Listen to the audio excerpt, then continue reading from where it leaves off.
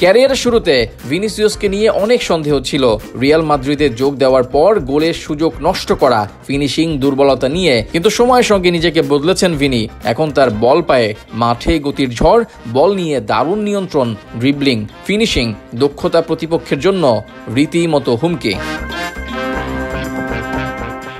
রোনালদোর পরামর্শ আর নিজের কঠোর পরিশ্রমের ফলে ভিনিসিয়াস এখন রিয়াল মাদ্রিদের আক্রমণ ভাগের অন্যতম ভরসার প্রতীক। লা লিগা, চ্যাম্পিয়ন্স লিগে একের পর এক দুর্দান্ত পারফরমেন্সের মাধ্যমে নিজেকে প্রমাণ করছেন। ভিনিসিয়াস হয়ে উঠেছেন বর্তমান ফুটবল বিশ্বের অন্যতম সেরা তারকা।